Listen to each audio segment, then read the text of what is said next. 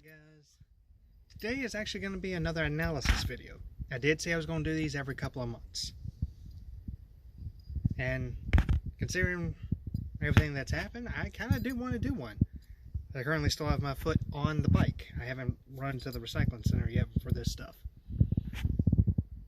So, once my brother gets here, because I want him in it too, since he was a part of this a couple of months. He was part of it. And I want him to put in his 2 cents on his experience. So, once he gets here, we'll pick back up and get right down to analysis number 2. Alright guys, unfortunately my brother is unable to join me. I'm not going to say why. He's got his own personal reasons. I'm not going to say anything. But let's go over all the stuff that's happened these past couple of months now. I mean, I've had I've had a few firsts actually, because I got the waders from my family, which I actually need to wash. Oh, that's going to be a fun thing to do. But on the very trip that I go out with the waders, I get a bike, a scale. That is an old scale I got. I got out that AC unit that I accidentally left out there prior. I didn't mean to leave it out there. It was laying in a very bad spot and I couldn't properly get a foothold to drag it up. I was able to do so this past week. But also before that, when I went out with my brother, we went out and got a few things out of the river. It wasn't much, but it was enough. Found the found exactly what the thickest rope Brute Magnetics has will break on. I hooked it into a tree and got the tree up onto the bank, snapped the rope. I now have a new rope. It is the 65 foot, same thickness though. It's the same rope, just 65 feet of it, not a full 100. I'm still going to get another one of 100. I also got to get another grappling hook. I was meaning to get another one anyway because that cap piece had broken off weeks prior. But now one of the hooks is fully bent out. It's basically 3 out of the 4 prongs. And I'd rather just get another one. So I gifted that one to a cousin of mine who does some tree work. It's still usable for that. But it's not usable for my purpose. And the rope, the 100 feet, it snapped pretty clean. But it's not really usable for my purpose again. So I gave it to my uncle, the same one I bought my truck from, and he uses rope for a lot of things. It's still usable, just not for my purpose. But we're a bunch of rednecks out here. We'll make a use out of it. The only thing I kept out of that gear was my magnet and the carabiner. I took the carabiner off. I'm reusing that with my smaller rope that was snapped previously, but the way that one had snapped, I was able to still use it. Because it snapped pretty close to the end. That 100-footer snapped pretty close into the middle of it. And I don't really have a way for me to tie off rope that's that daggone thick. Like, yikes. Like, tying it off to myself, it will bring itself undone constantly.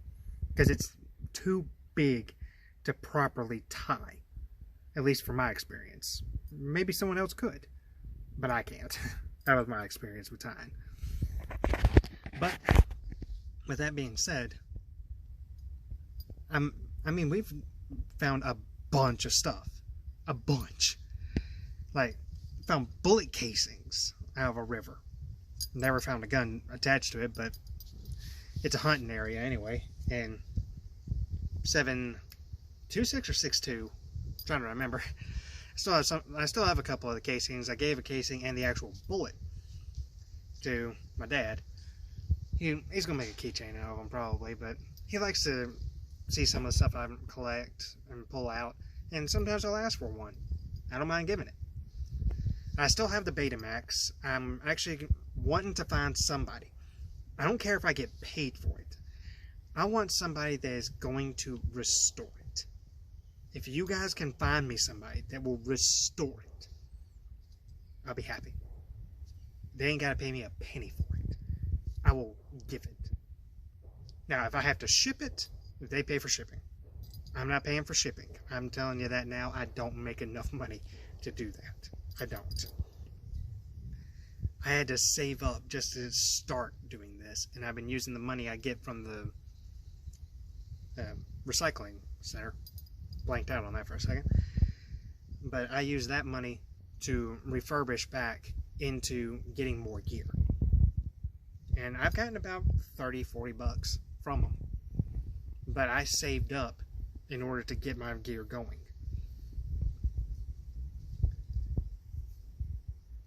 From there, it's just been a ton of fun. I've met a bunch of people. I've gotten to explain and educate some people about what magnet fishing is and the good it does. I even managed to, one person commented on the last analysis video saying that they also were inspired to pick it up. Sorry, dogs.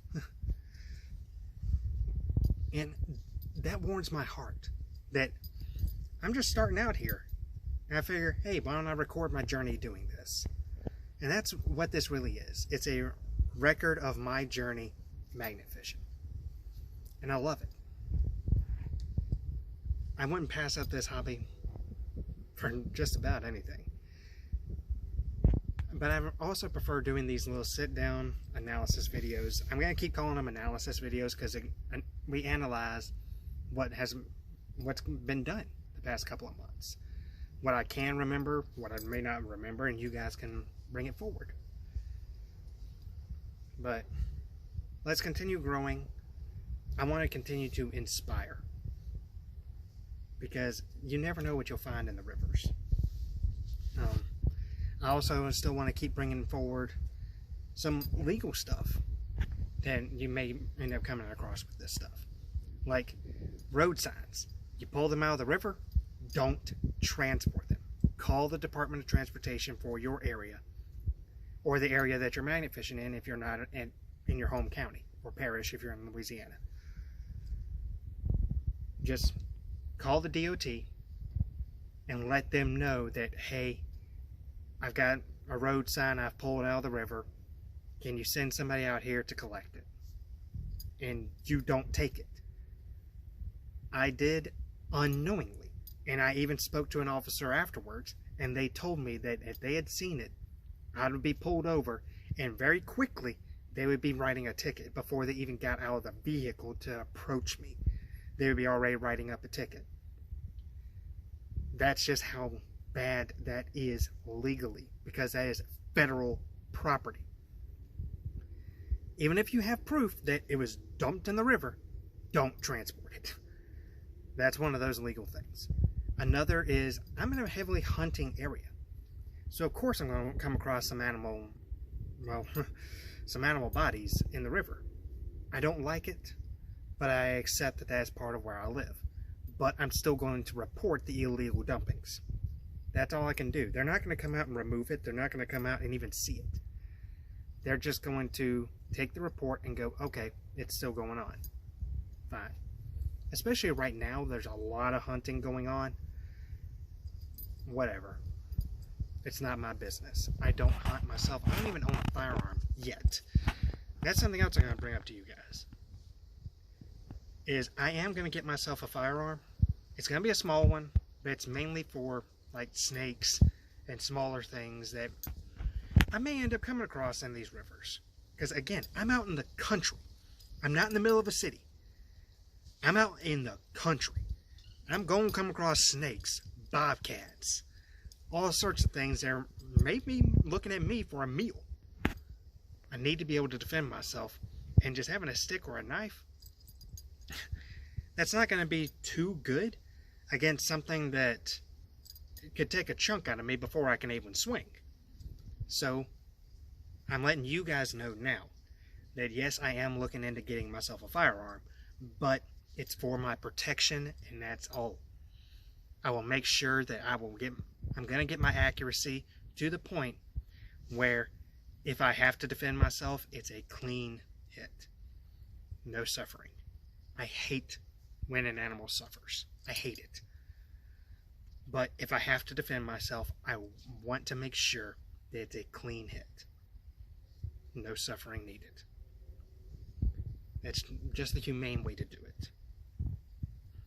But that's all it will be for, is defense. That's just who I am as a person. But that being said, I'm letting you guys acknowledge that yes, I will be doing that. But it is strictly for that purpose. Strictly for defending myself against some of the critters out here that may or may not want to take a chunk out of me. Even though I am cleaning up the area they live in. I am in their territory. It's the same as if I walk onto private property. Here in Mississippi, castle law. Look it up. You don't go onto private property without permission. Trust me. But I've had a lot of fun, and I'm going to keep going with this. I'm hoping to spend years doing this. Just doing this has boosted my confidence a lot. I had self-confidence issues for years. Pardon me. Haven't even eaten yet. Haven't even eaten yet. But thanks to magnet fishing, I've actually been able to combat my chronic depression I've been diagnosed with since I was a kid. My ADHD I have, it allows me to be able to focus it in and do some tricks I figured out that work for me, even on a mental level. I'm able to essentially meditate myself into a state where, hey, you're good. You've got your energy going where it needs to go, and you've got your attention going where it needs to go. I'm also autistic. Very highly functioning, but I am autistic. That's a triple combo that it hurts. Seeing people being treated horribly for having even one. Like, really? I dealt with it myself growing up. But this magnet fishing has allowed me to be able to focus my energy onto myself and put myself in a better place mentally and emotionally. And it's allowed me to grow in confidence. Hell, I was single when you guys first were seeing this. Now, I've got a potential girlfriend. I'm ecstatic for that. Like, I can't complain about my life right now, where I'm at. I mean, my living situation may not be the greatest, but I'm happy. And it's mainly thanks to magnet fishing allowing me to get into a happier position because I emotionally and mentally feel better because I'm doing something good. That's not related to my job. It's not related to doing something because I have to. I'm choosing to do this. And that feeling, whenever I pull some of this stuff out, and knowing how bad it must have been affecting the river, it feels amazing. And who knows? Maybe one day I will pull in some evidence that will bring closure to families. I don't know. I live out in the country, so hard to tell. But I may very well do that. And the day I do, I'm going to feel amazing. Bringing closure to someone else. Because I've known some people that never got that closure, and they went down some very dark paths. So for all the other magnet fishers out there, the ones that have inspired me to do this, everyone who goes scuba diving for evidence, scuba diving for fun even, and come across that evidence. I'll just throw some YouTuber names out there that have actually inspired me to do this. Danny Depp, Exploring with a Nug, Depths of History. Those are the top three that come to my mind off the top of my head. Adventures with Purpose. For a good while there, I was big into support, just digging into everything that they all did, just to see what I would need to do it around here. And magnet fishing is the best thing I can do around here because the rivers aren't too deep. Now I am working on getting permission to go on to a state reserve nearby that has a big lake, but the deepest is only about 20 feet. It would be great to dive it, but I'm not certified to dive. I don't have any of that gear. But instead, if I can get permission, then I can go out magnet fishing that lake and no telling what's in there. I mean, there's gators in that lake, for Pete's sake. And people go boating on it all the time. Like, it is a state one of the biggest vacation places in this area because, well, I'll go ahead and say it. It's Percy Quinn State Park. All across the country, people know that one because it's Quail Hollow as well, the golfing place where you got 9-hole or 18. Now, there haven't been any really big tournaments of golfing held there, but we actually have golfing teams in the local schools for this thing. That tells you there's a lot of activity that goes through there all year round.